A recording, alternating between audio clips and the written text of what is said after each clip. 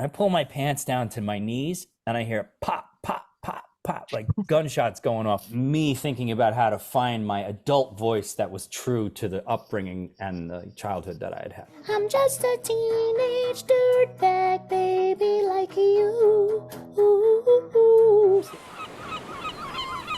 Hello, welcome back to the Man Overboard podcast. Today we're joined by Brendan B. Brown, or Triple B, the frontman of Wheatus, the legendary band who produced the amazing song Teenage Dirtbag, amongst many others. Thank you so much for joining us, Brendan. How's it going? It's going okay. Thanks for having me, guys. Yeah, you caught me in the middle of moving the studio from the basement up to another room. So we're all this stuff behind me is all just all my friends are here. We're moving stuff, the heavy stuff all day. So yeah, that's the deal. Yeah, that's a big task. It sounds like a mammoth of a task, and there's some crazy equipment behind you as well. Yeah, we try to avoid moving it. It's all so heavy. I don't know if you can see all this junk, but here, I'll give you a little view. Wow, here. Nice. Wow. So is this all equipment that you use to record your songs and such? Yeah, this is like you're looking at like the dismantled studio, Wheatus studio. So yeah, absolutely. Inside a look. Sort of, yeah, unplugged. Nice. Well, speaking about the Wheatus studio, you recently, well, not so recently now, in 2020, re-recorded your self-titled album. And I wanted to ask a couple of questions about that. First off, what really inspired that whole re-recording process? Why was that necessary? The original masters seemed to be lost. That was the real reason, to replace what had been discarded, perhaps. We never really got a straight answer, neither did Rolling Stone. Rolling Stone reached out to Sony in 2000 and I think 20 or 19, 2020, and couldn't get a straight answer as to whether or not the original multi-tracks still exist or where they are. Over the years, we noticed that we never got any multi-track licensing. We got plenty of licensing for the 2-track version, but the multi-track, like use just a vocal or guitars or whatever, if they wanted to use, nobody ever came through. Those never got finalized. It always hit some sort of an impasse, and we were curious about whether or not those tapes that we'd recorded in my mother's basement were still alive. I gave 5 sets of those tapes to the record label back in 2001, I think, or 2000. Anyway, so we thought we have to make these again because we don't have them anymore, and the multi-track is gone. So I had still intact the penultimate series of masters, multi-tracks, and I was able to piece them together, little bit at a time off of the second to final set. So it was like missing some vocals and a few guitar parts and a lot of percussion. But we did have the tempos, and we had the kick, and we had the drums. So we were able to replace each instrument, the drums, the bass, the guitar, one at a time, and get the framing right to be exactly like the original. So it is. Was it quite upsetting losing the originals, knowing that you don't have access to them anymore? Obviously, it was like a certain period of time, wasn't it? It was really nagging at us in the first half of the 2010 through 2015. We were kind of like, man, this is bad. This might be gone. And the further you get from it, the more scary it becomes because it's going to be harder to find or reconstitute. So I thought, in 2014, I thought I better get down to Dreamhire and transfer these penultimate series of masters down, which is the only ones I had. So I transferred them to Pro Tools, and from Pro Tools we made tempo maps and like sort of demo sessions, and then we transferred that to DSD, Sonoma, and Pyramix. So we recorded it at 1-bit resolution, which is the highest you can do these days, and we got it back. So it's done now. We finished and released the final. Because of the pandemic, it took much longer than we thought it would, but we got the whole 20-song series out in 2023, finally. Back in November, I think it went live. So was it fun for you to go back and record those tracks again, or did it feel more like a bit of a slog to redo them? Was it interesting to revisit them? Did you add any little twangs to it that weren't there before? At times it was fascinating. It was mostly forensic and sort of tedious, because you're not discovering anything new. You're trying to create something that already exists. You're trying to do it again. So I think that I wasn't aware of how much the recording process was sort of driven by being interested in discovering new territory, right? The passion for it and the energy for it really comes from you being on the hunt for something. And when that discovery is not there to be made, but rather you're trying to tread over old ground and find your way back to something you've already been to, it's a little bit different. I can't say that it was inspiring. It was very interesting, but it wasn't a slog. It was a slog when the pandemic hit because we couldn't work together. That became a slog, I will say. We were moving at a song per month, you know. And it was bad. But you know, we got it out finally, and it's ours now, and it's our new master, and we can license it ourselves. So it's like, you know, Taylor's version kind of thing. But yeah, we started trying to do it in 2014. That's how long it took. It took about 10 years.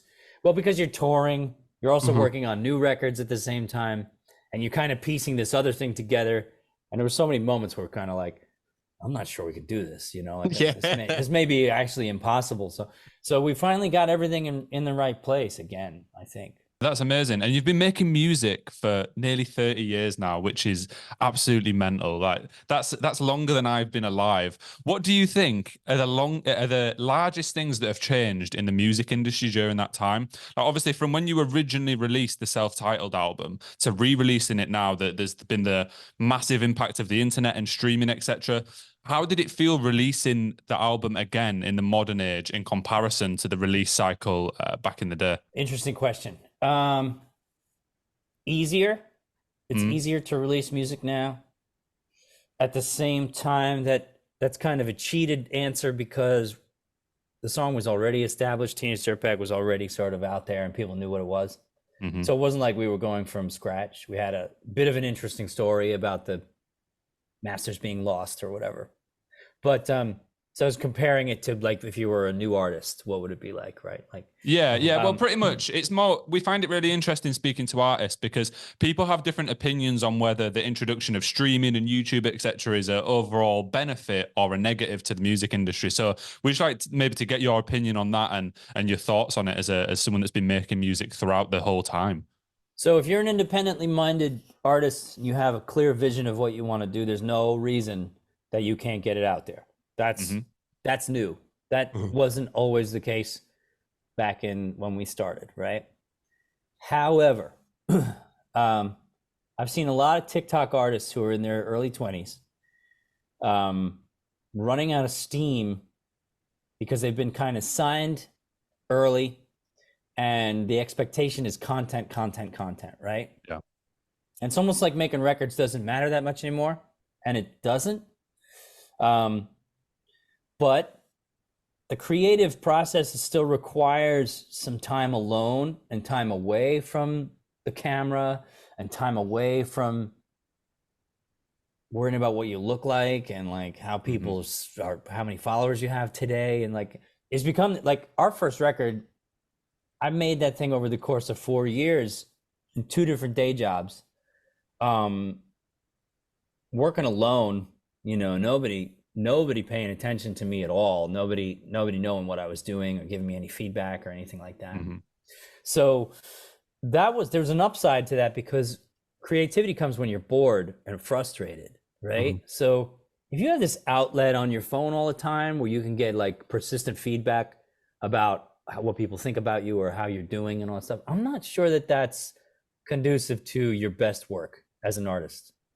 Yeah, and I think you said there that it took you 4 years to work on that record. And I think sometimes time can be a huge benefit to creating a piece of work as well. Now, as you said, it's all about getting the next piece of content out as quickly as possible. And sometimes that doesn't lead to you actually putting your whole heart and soul into something. And in the long run, that'll probably have a detrimental effect on your career.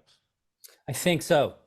I think I've seen young artists complaining about it. Like, oh, the record label wants me to, you know, like, make all this content and make sure that I'm out there and stuff. And it's like, I think those labels might be utilizing social media to do more of the work that they should be doing themselves. Yeah. And that becomes basically an independent artist, except that you are paying a record label all your royalties, right? So it's like, I'm not sure if it's the best time to be independent. Let's put it that way.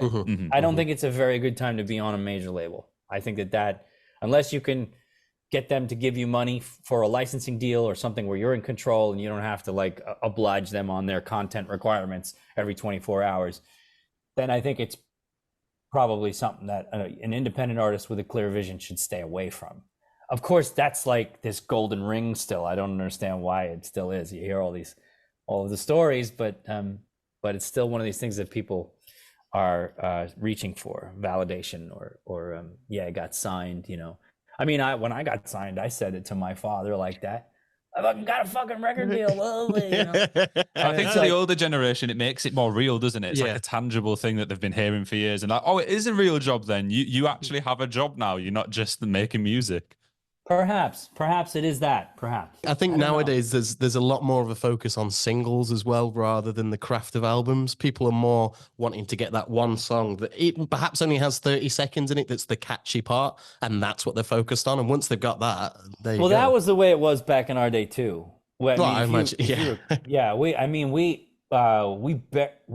in the States, Dirtbag came out and we didn't get a second single in America. It was like over. And then we had Australia and the UK happened, and we got platinum records in both places. So we got a second single there. But you know,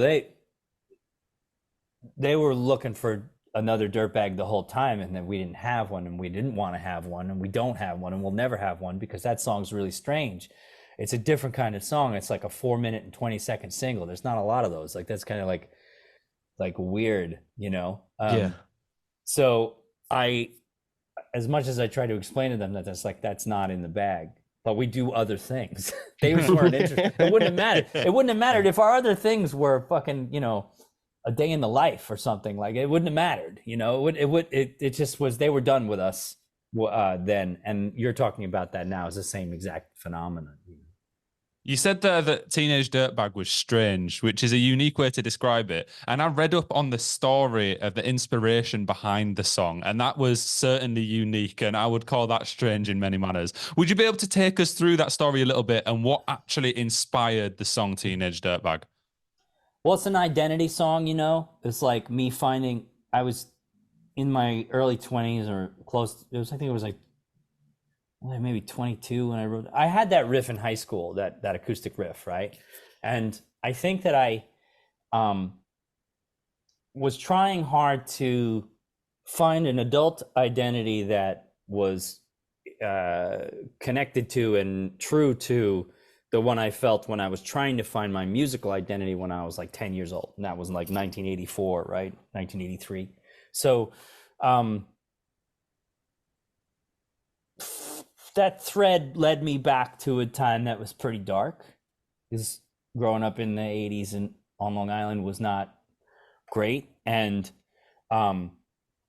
violence and things. And I went back there, I was like, oh, there's all this like kind of dark shit I don't want to really necessarily like put into the song, but I have to. So I was trying to find this identity character that made sense to me as far as how I saw myself then and how I see myself now, a thread that made sense together. And that was what the character story became. That's why it became this character story that it is, right? Mm-hmm. It's just trying to find that through that continuity. But the time and place of Long Island in 1984 was, you know, the backdrop was dark. It was like gnarly and unpleasant, and lots of violence and tons of drugs. And so I think that I wanted to be true to that origin location, the place that it came from and the time that it came from, at the same time that I made it into this sort of like more hopeful, happy ending sort of fantasy, which it is. It's a fantasy. It never happened. It's a daydream. It's not a real ending. So that was the inspiration. Is kind of a complicated story. Yeah, it's a tough question, really, isn't it? Yeah, if I'm being honest, it was me thinking about how to find my adult voice that was true to the upbringing and the childhood that I had. That's the short version. And I read something online around how tough it was to be a fan of certain bands in New York at that moment in time due to a murder that had happened locally. And maybe not so much on the murder. I don't think we need to dive into that in too much detail. But I wanted to ask, what was the rhetoric around being a rock fan in America when you were growing up? Because I know that it's kind of changed throughout the years. And I wanted to know, were you looked down upon for being a fan of those bands on a regular basis? Yeah. People thought you were dangerous. Cops, teachers, priests, nuns, other parents. They all thought you were a dangerous person for that. Because there was this kid who'd been arrested for murdering his friend with an ACD. He was his booking photo is in the Daily News, you know, and he's from our town, and he's got this AC/DC shirt on in the photograph, and you know there was all kinds of panic around that. So if you were gonna stick with this at the time.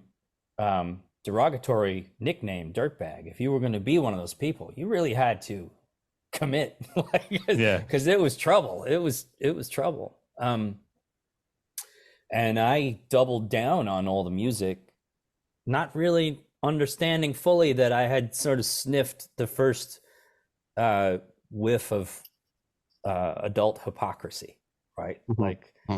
I couldn't have put it in those words when I was a kid, but I was like, something wrong with this. I'm gonna crank up this Highway to Hell record right now. You know, I'm gonna slip the DJ at the school dance a tape of Shoot to Thrill and like see what happens. And I was that like little troll kid walking around with his tapes, you know, trying to get him played in places. Yeah, and sometimes it worked and was fun, and other times it was a little bit like ostracized instantaneously, you know, again. So it was a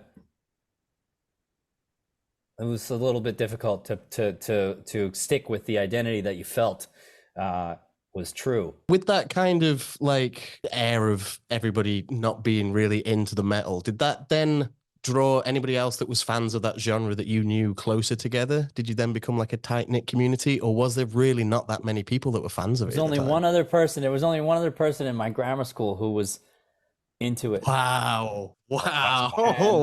And he's coming over tonight because he's a bass player, and his son is a sick metal drummer, and they're coming over to work some songs with me tonight. Nice. They're staying for the weekend. He's from Baltimore. It's my friend Paul Joyce. It's funny you asked that question. You're the only person who's ever asked that question. I had one heavy metal friend, and he was into a much wider variety of music than I was. I was like a AC/DC, Metallica, Rush, Iron Maiden, kind of those bands, right? Also into Prince and lots and lots of other stuff, but those were my primary guitar inspirations. But Paul showed me Mr. Bungle. Paul showed me Flotsam and Jetsam, and he was weirder than I was, but our tastes were aligned. And he's a bass player. He's in a bunch of bands, guitar player, singer, and he lives in Baltimore now. He's driving up to New York for the weekend to hang out with me. So it's the only person I'm still in touch with from my grammar school. Well, there you go. Yeah. I mean, so you did make a tight-knit connection then because of the music in many ways. Yeah. We were out of touch. We were out of touch for decades. I hadn't spoken to him until the pandemic. From when we went to high school. We reconnected during 2020 on the phone. And it was like, you know, easy to pick up where you left off, which is weird because you think you change a lot when you get out of school and you go become an adult. But we had something in common back then that is still authentic. So, you know, we're doing it again. Well, that's good. It's amazing to hear you've managed to rekindle that friendship. Yeah. And speaking of connections, it seems that you have a very strong connection with a lot of British artists. When looking into yourself, I noticed that you'd worked on some tracks with Busted. What was that experience like? Because those boys are legends over here. We absolutely love them. Tim went to see them at the Arena Neros not too long ago. Yeah. What was it like working with those? Busted are one of my favorite just straight songs. Just for straight songs in a pop rock band, Busted is one of the best, right? Unbelievable. Yeah. And the writing on that team in that band is outrageous. James Bourne is a good friend of mine. We've connected in 2005. We had met before that, I think, but I lived over here and he was over there. This was like he reached out to me over email, like a long pen pals. Yeah, sort of. And we're really, he's one of the people in my life who, like, if the door rings at 2:30 in the morning, there's a chance it's him. Yeah. Unannounced. He's on his way to LA, but his flight got stuck or something. And he's like, "Can I crash here, mate?" And that's happened several times. Of course you fucking can. Here. But we write songs together all the time. But the most recently, the you're talking about the Who's David reissue? Yeah. So that was we were getting ready to leave for the tour that we just did in the UK. We just did 47 dates in the UK. It was August or maybe late July. Things were really picking up. We had a lot of work to do. And he's like, "Check your email. Can you sing this song real quick? Can you sing this part on Who's David?" And I was like, he's like, I was like, "When do you need it?" And he's like, probably early next week. And it's Saturday, So I ran down into the basement studio and sang through the preamp that I recorded Teenage Dirtbag, the first one and the second one through, and which is right behind me, by the way. It's up the green one on top. But cool. I got it back to him as quick as I could, and it worked. So and it was weird because I didn't know how they were going to do it. Because I'd heard the original, but I wasn't sure how to, and I was like, "Oh man, I'm kind of singing with Charlie on this." like very different voices, Yeah. He's like the baritone of the band, and has that strong sort of almost like gravelly, like sort of rock voice, and I have this like I sound like a mouse, So so it was weird. It was weird at first, and then I was like, "Oh no, this is cool. This is cool." So I was able to sing it down and got it back to them real fast. That was awesome. Yeah, that is very cool. And I know there's another British artist that you've done a feature with not too long ago, Lauren Hibbard. Oh yeah. I mean, technically it's the Isle of Wight or Isle of Man she's from. I've actually seen her loads of times live. She's one of those artists, because I'm obviously a regular gig goer and festival goer. So I've seen her in festivals around the UK. And I wanted to ask about that because she's such an amazing artist and she's kind of started to blow up over the last year or so. What was that experience like as well? Well, first I was like, why does this young person want me to be on their shit?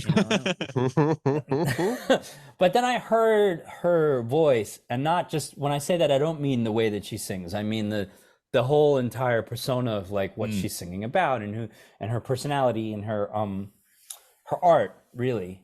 And I was like, oh man, this is really pretty self-aware. I want to be a part of this. This is like the good kind of embarrassing, you know what I mean? Like it felt right. It felt right to be singing on somebody's track when if they're aware of themselves this much, they must have a place that I can trust for myself. So she wanted me to do these harmonies on the track, and it was sort of like this like failure song about just being content with how all you really do is sing with a hairbrush in front of a mirror, like, or in the shower or something like that. And it's like, that's 99% of people, it's like a lot of people. And I felt really strong about that idea, that being resigned to that loneliness and not having a victorious moment to come out of it, but just being like in that kind of mode.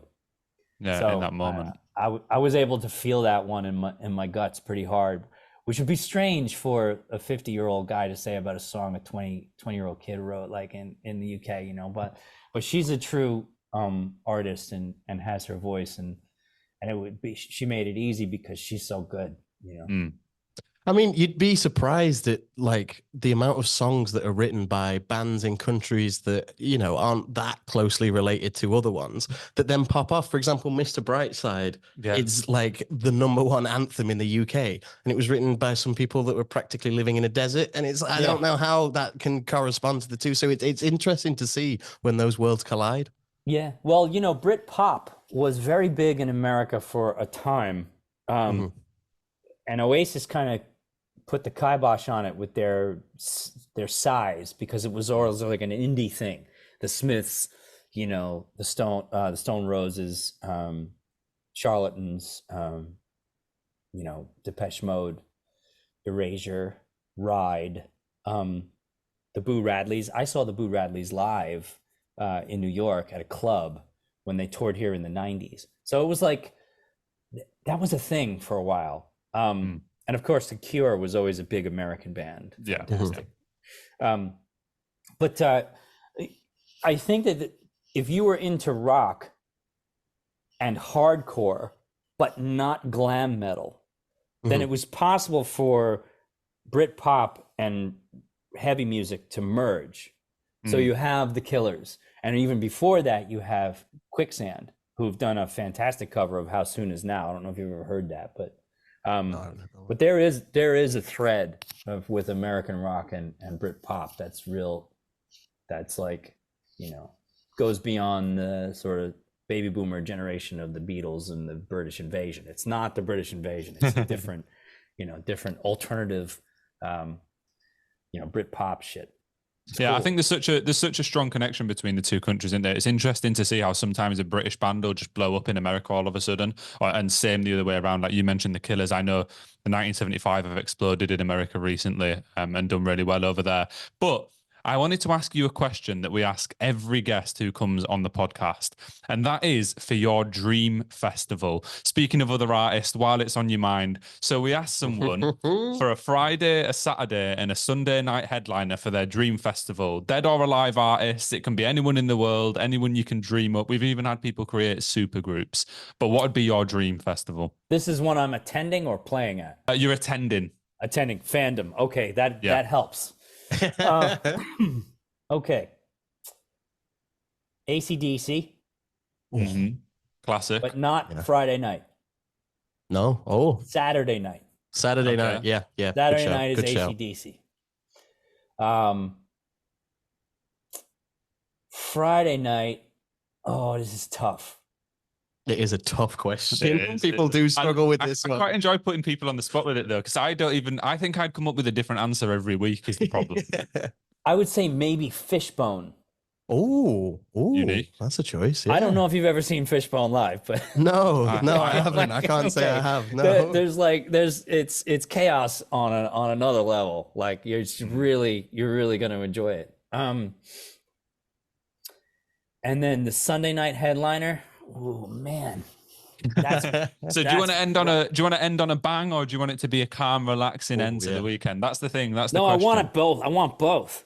I want an artist who can rip my face off and do the calm, relaxing thing. And I think that's probably going to be, for me, Ani DeFranco. Wow. I think these are some of the most unique picks we've had. Definitely. Yeah. I mean, I'm trying to draw from okay, what's the most classic heavy rock band for a festival? It's AC/DC. Duh. Yeah. Right. Yeah. What is the most interesting rock band I've ever seen at a festival that I couldn't believe how fucking good they were? And that's Fishbone. That's for the Friday question. Yeah. And then who is the most versatile artist who would surprise everybody with all that they can do in one set? And it's Ani DeFranco. I love those. So it's a well thought out, as well. For to be on the spot, it seemed very well thought out. You've done good. Yeah, I'll give you another answer next weekend if you want to. We'll just keep getting video messages, right? I've changed my mind. Actually, but on the same ilk, if you were going to play a festival or let's say a one night gig with any other artist, what artist would you choose to share a stage with for one night? It's Willie Nelson. Oh, wow. Yeah. I would die a happy person no matter what happened to me from now until I'm done, if I were able to support Willie Nelson. Fair enough. And then get to watch, because that's the most seasoned, well-versed American musician, I think, who's still doing it. Who's ever lived. Big shout. Do you know, I don't even know who I don't make music, but I'm thinking if I was to make music, what would my answer be to that? And who would yours be, Tim? If you had to support one artist in the world, who would you pick? I really don't know. You see, I'm putting ourselves on the spot just to make it even, just to make it a little bit fairer. Who would I pick? I'd probably pick either Kanye West before he turned into a bit of a weirdo. Yeah. Because, you know, he's a very controversial man at the minute. But before that, I loved his music. Or maybe Linkin Park back in the day. Linkin Park were amazing. Yes. I think a lot of people would agree with you on that Linkin Park. Yeah. 100%. Yeah, that's a big shout. But Brendan, so obviously you had a massive UK tour not too long ago, and soon you're going overseas to Australia as well. And I wanted to ask a bit of a broader question on what it's like to have such a huge fandom in the UK and Australia. I know Wheatus are adored across both countries. Did you expect that when starting out with as a band? No, certainly not. I had low expectations because I thought, oh, if I can do any version of this would be really cool and keep it sustained for a living. And when we went platinum in Australia, I kind of felt like, oh my God, it's almost too much. You know, like we came out of shows playing for 2 people in Lawrence, Kansas, and then we were on television. So it was like, you know, we weren't ready is an understatement. But right now, the way I feel about our fandom is very, very, very grateful. I feel like we're super lucky to have become this band that, like, kids show up and they know that they make the set list, right? We don't have a set list. It's the kids shout out the songs and we play them. So we learned 63 or 64 songs, I think was on the last one. We rehearsed them to the point where we can't take it anymore. And then we go out there and we ask people what they want to hear from that bundle. And the crowd is always the entity that sets the tone of the night. It's their show anyway. So they paid and it's like they're getting what they want out of the night. That's always been a much better show than when we try to plan and organize a perfect set list. And this is the one we're going to play every time on the whole tour. It's like, nah, crowd says otherwise, you know. And that, let them be the guide. We're lucky that so much of what we do is dictated by them. And that's been like, I think a thing that other bands that are maybe bigger or have had more consistent album success have not had an opportunity to do, to connect with their audience that way, you know.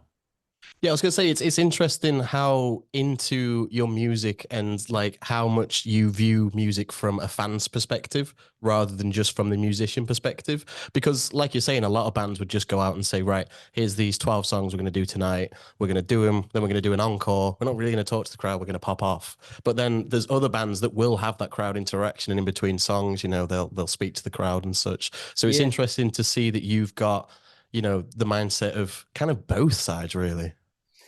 I never want to be the guy who's telling them how to feel. Yeah. You know? And because I want to know how they feel so I can match it. Like because that's how a good show happens, when you're on their level, you know? And then you can figure out a way to, like, okay, I get where you guys are at. What if we had this kind of party, you know, like that kind of thing. And then you're in a place where you're getting better because they're making you get better, you know, as opposed to slogging it out with something that's supposed to be structured. Yeah. And then you can kind of feel it more then as well. There's more of a group setting then, isn't there? Right. Everyone's involved. Right. Yeah. So talking about TV performances and live performances, there was a time back in the day when I believe you were offered a spot on Top of the Pops. Would that be correct? Do you mean to perform? Yeah. Yeah, we were on Top of the Pops a few times. Yes. That's it. Yeah. And there was I read an article where you were saying essentially that you were asked to potentially lip sync and to kind of mime with the instruments. And I saw that there was something saying that you kind of were refusing to do that as you felt it didn't seem right. Well, we hated doing that because it was always so terrifying, because that's not how we play the song live, right? Like, like you can't, it looks like shit, first of all. Right. Yeah, and it's also something that we do this every night in front of people. Why wouldn't we just do it like we do it? You know, like, I don't understand why you introduce this other variable. And if you think you can't screw up a lip sync, I got news for you, man. That we had instances where there were edits done to the song that we didn't know about. Where somebody comes into the dressing room 20 minutes before you go on stage and they're like, oh, here's the version you're lip syncing to tonight. What do you mean? What the fuck do you mean the version? Like, and you listen to it and it's like, oh, the whole second verse is missing. I'm like, how the hell are we gonna do this? Like, I'm gonna screw this up. It's guaranteed. I've never rehearsed it like this, and I think that people who don't play music were making some of those decisions back then, or suggestions, and we were always sort of like, this is a good way to look like shit on TV if we do this. We should probably not do this. And we were worried about what it looked like. So it was just sort of trying to protect ourselves from looking like jerk-offs, and it was self-protection. I can't remember who it was with, but there was somebody on SNL one time that really screwed up with the lip syncing, and it kind of shafted their career a little, if I remember rightly. Well, so that's interesting that you bring that up. See, they got you all twisted. SNL is always live. Right. They don't do lip syncs. So what got screwed up was, I think it was an artist, I think it might have been Ashley Simpson. That sounds about right. Yeah. And it was like somebody had played the click track too early or something that they were used to performing to, because they performing with backing tracks. Mm-hmm. I don't know the specifics of that, but I hear what you're saying. And it's like, if you cared just a little bit more about the way live music comes off on TV, this would be easy. Mm-hmm. This wouldn't be a problem. But you don't care at all. So you're trying to subtract the actual performance from the performance, which is like, why are you doing that? Like, just play the CD. Yeah. If you're gonna do that, you might as well just play it. Yeah. Just have people dance around to it, and like they did on Soul Train and stuff. That was cool.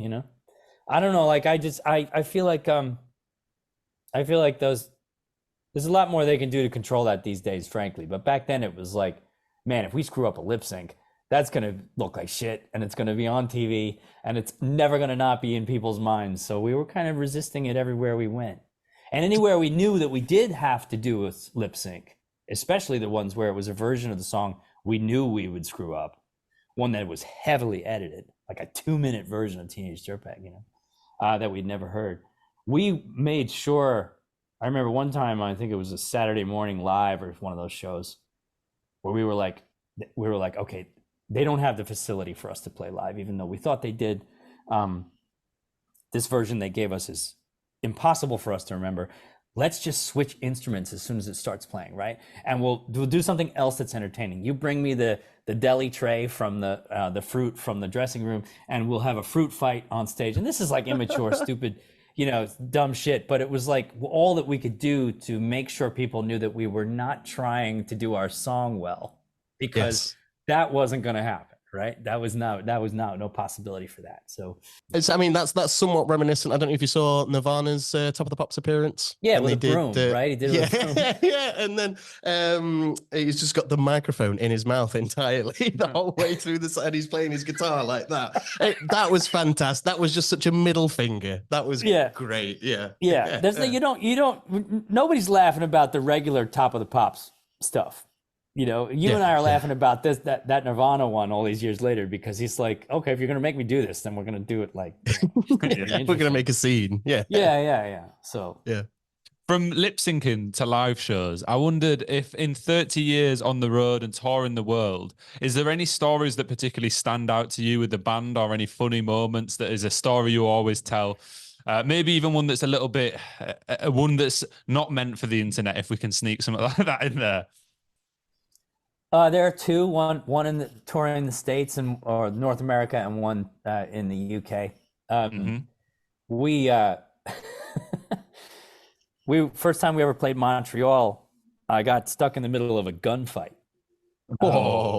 This is September of the year 2000. We were on the road with Zebrahead, and there was 20 people on this bus. It was like a hockey bus, and we were in this cul-de-sac alley behind the venue, and there was like a housing development behind the venue, and then this rounded alleyway that we were in, the bus was parked in, and then there was a venue, we were out back, and it's a Sunday morning, and it was a beautiful Sunday morning in September, and I get up and I walk outside, and I'm like, you know what, man, I don't want to go through the trouble of bringing my clothes back on the bus and coming off of here. This alley's pretty quiet. I think I'll just rip my pants off real fast and get the other ones on. So I get the bus bay open, and I get my suitcase open, and I look around one more time. Nobody's there. I pull my pants down to my knees, and I hear pop, pop, pop, pop, like gunshots going off. I look over to my right, and there's this like little stubby looking cop guy with his badge around his neck behind a wall going bang, bang, bang, bang, bang. He's Oh like, my God. he's following somebody, and the whole line of fire is swinging towards me, and the guy he's shooting at is on the other side. So I turn around, and this dude comes running out from behind this housing development. I'll never forget he had this really like beautiful looking denim suit and a very shiny 45 in his hand. Oh, He's going boom, boom, and he's running, shooting back at the guy. And this whole line of fire is swinging towards me. And I got the bay open, and I got my pants around my ankles. So the only option, I rolled into the bay. Now here's another little tidbit. I don't wear underwear. I never have. So I roll into the bus bay, and I turn around with my pants still around my knees, and I shut the door on myself, like the door of the bus bay, and I can't get it to latch because like suitcases in the way and all that stuff. So I just put my feet against the frame of it, and I'm like holding on to the bus bay door, like, oh God. And I'm thinking to myself, if that guy killed that cop and he saw me, I'm a living witness, right? And like, I'm doomed. Like, I'm thinking to myself, like, I'm gonna get involved in this. Like, please no. So I just chilled there forever and ever. I had heard a few more shots, but they disappeared very quickly. And I was expecting sirens, nothing. Didn't hear a word of it. My brother pops his head out, and I can hear him outside going, Bren, where are you, Bren? Right? He's the drummer of the band at the time. And I pop it open one time, and I go, get back on the fucking bus. I heard that's where you spent the next part of the touring journey down there. So I get off the bus, and everyone heard it, so kind of woke up and was like, somebody's setting fireworks off. I was like, no, there's a fucking gun battle out here, man. I'm telling you. Missed it. And you missed the whole thing. And nobody believed me because it's like nothing happened after that. So nobody showed up, the cops, nobody. So I can't describe or explain what happened after that, because it just didn't, it just went back to normal. Like nothing ever happened. That was wild, man. That was definitely the craziest thing that ever happened to me. That is a crazy story. That is a very fun story as well. That's very American. With the lack of guns in the UK, I'm expecting the UK story to be completely different now. Well, so get a load of this. That was Canada. That was Montreal. Okay, yeah. So I grew up in New York, man. I mean, I've seen some gunplay here and there, but nothing like that. And that was Canada. But the other story is we crossed in 2000 I think it was 2016 or 15. We crossed the Irish Sea in 40-foot swells on a ferry that had the bus in it. Oh God! And it was like this, and then like this, boom, like and it just everybody on this boat was puking except the 6 members of my band. None of us lost our sea legs. We all maintained. Nobody barfed. And I can't explain why we were the only ones who didn't throw up, but we didn't. So maybe seasoned veterans have been on boats. Maybe I'd assume that's not the first time. My father was a sailor. I have really good sea legs. I've only been seasick one time, and it was because of diesel fumes. So yeah, I'm real good on the sea, and it turns out the rest of us are too. But we were like, holy shit, should we even be out here? Like this might be the end of Wheatus. Those ferries are huge, man. Those ferries are gigantic, and this thing was getting tossed like a rowboat. It was a little scary. It was a little nuts. I saw something earlier. This is a random note, right? But I was looking through for notes for the show, and I saw on Twitter that you'd been compared to a young Palpatine, or someone said you looked like a young Palpatine, right? And I'm not going to ask about that comparison because I think that's an untrue and unfair comparison. But we're both hold on. You need to do. There we go. We've got it. But I was going to ask, just because we're both huge Star Wars fans, not young Palpatine, I'm sure, but if you could pick to be one character in Star Wars, who would it be? I really liked Rey. I'm not crazy about what they eventually did with that part of the series, but I loved her as a character, so maybe I'd be her. And if not her, I just thought Mace Windu was really cool. Yes. That purple lightsaber was elite. We've never got another purple lightsaber, and that is a travesty. Do you guys know the reason why he had a purple lightsaber? He specifically requested it. Samuel Jackson specifically requested it so that he could pick himself out of the big battles because it'd be the only purple lightsaber. That's a good idea. Yeah, pretty clutch, man. What a move. Yeah, I think it might be part of his contract or something. That's a boss move. Isn't it? Only Samuel Jackson could do that. Yeah, definitely. That's Jedi Hollywood shit. To kind of close things off a little bit, I was going to ask, is there any upcoming plans for a new Wheatus album? Obviously, there's the tour in Australia coming up, but I've not heard many whispers of a whole new set of music myself. Well, first of all, the 2020 reissue has 20 songs on it. The first album, the first 10 that you know of, but then the alternate universe first album that were songs from through the years that sounded like they belonged on the first album, and we didn't put them out because of that. So, there's a lot of new material. There's 10 songs worth of new material on the 2020 reissue, which is streaming now. However, during this whole entire past decade, pretty much, we have been working on album 7 since about 2014. There are 3 songs from album 7 that are on the internet for streaming right now on all platforms. Tipsy is the first. Lullaby is the second, and Michelle, which is on a live record we did touring America in 2018 or 19. So, and we have a whole bunch of the rest of it for a full studio album that we will start doing probably in 2025 because we're going to be on the road so much this year that we're not going to get a chance to do it. So, 2025 is the anniversary year. We would love to repackage the first album with some special things nobody's ever seen or heard. At the same time, it's going to be a DSD vinyl cut. At the same time that we do album 7 and get them both out. That would be ideal. We'll see, but we're working on it. Well, that's amazing. We're both excited to see it. I can't wait. I have one question that I need to ask. It probably would have fitted in better earlier, but I need to ask it now. I saw a clip originating from a studio session you must have done around 2018, 2019. And a lot of the comments asked the same question, which is you're in the studio with probably 3 or 4 different female vocalists.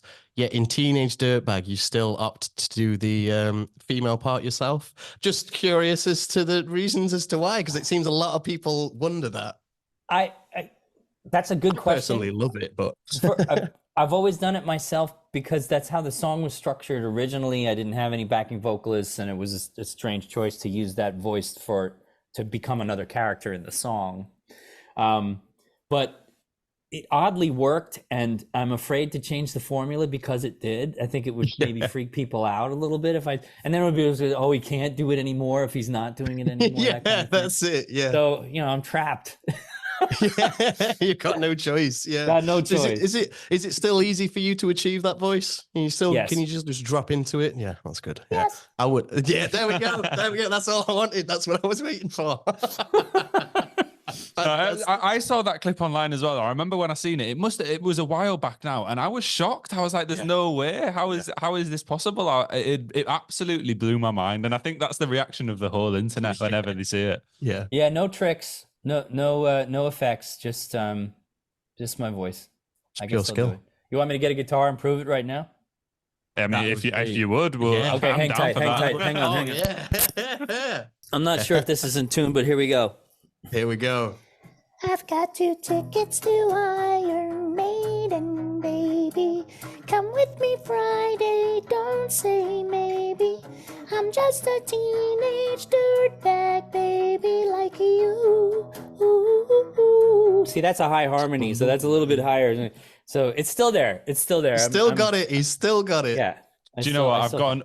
I've got an unbreakable smile on my face. Yeah, me too. That is unbelievable. Yeah, that's like a childhood dream come true, right there. But Brendan, thank you so much for joining us. I've absolutely loved it. Been amazing. I'm sure we'll do it again at some point, or whenever you're over in the UK, or if we're in America, we need to catch up. But this has been unbelievable. Thank you so much for your time. Yeah, thanks, brothers. I'll talk to you soon.